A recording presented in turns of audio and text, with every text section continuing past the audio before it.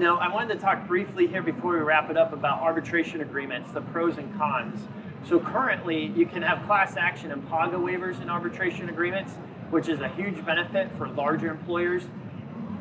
My gut tells me if you've got 30 or more employees, it's something you need to look at. If you're smaller than 30 employees, you really need to analyze whether these arbitration agreements are worth it or not. It could be worth it, but there's some expenses that come along with having the arbitration agreements. To be an enforceable arbitration agreement here in California, the employers have to pay 100% of the arbitration fees, which can add up to a lot. We had a 4-day arbitration a couple of years ago. It was in excess of $40,000 just for the arbitrator's fees. So if you're a smaller employer and you don't have the class action PAGA liability, it might not be worth it to have them. But if you've got any number of employees where you've got 30 plus employees and your turnover's a lot, that PAGA liability makes it worth it to go to arbitration to get these PAGA and class action waivers in place.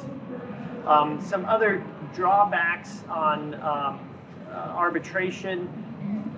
A lot of people say arbitration is quicker and less expensive, but as I mentioned, you've got to pay the arbitrator's fees, which are a lot. And in effect, it hasn't been a whole lot faster in our experience than civil litigation, but the courts are being backed up after COVID, so it's a little quicker, but there aren't a whole lot of other benefits with cost-wise in arbitration. So you need to go into that with your eyes open. Now, we're seeing a lot of challenges right now. We're litigating a lot of cases. We're trying to enforce arbitration agreements.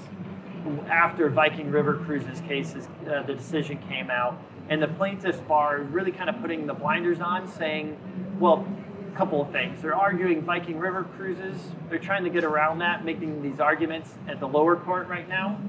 And the big issue, too, where they really come in and attack employers is that the arbitration agreement is not binding. So we're seeing challenges if you've got a Spanish-speaking workforce that the arbitration agreement wasn't translated to Spanish. They didn't know what they were signing when they signed it. And again, if you've got any language at all out of place with what these decisions require, the plaintiff's attorney is going to latch onto that, saying, look, it's overreaching, it doesn't address this issue, and we'll challenge it on that front. Now, what we're seeing, too, a lot of employers have agreements. Up until June, you could not have a PAGA waiver in your arbitration agreement because of the California Supreme Court case. So a lot of employers carved out PAGA and said, look, we're only going to have a class action waiver in our arbitration agreements. And those are what the agreements basically say, and you could still bring a PAGA case.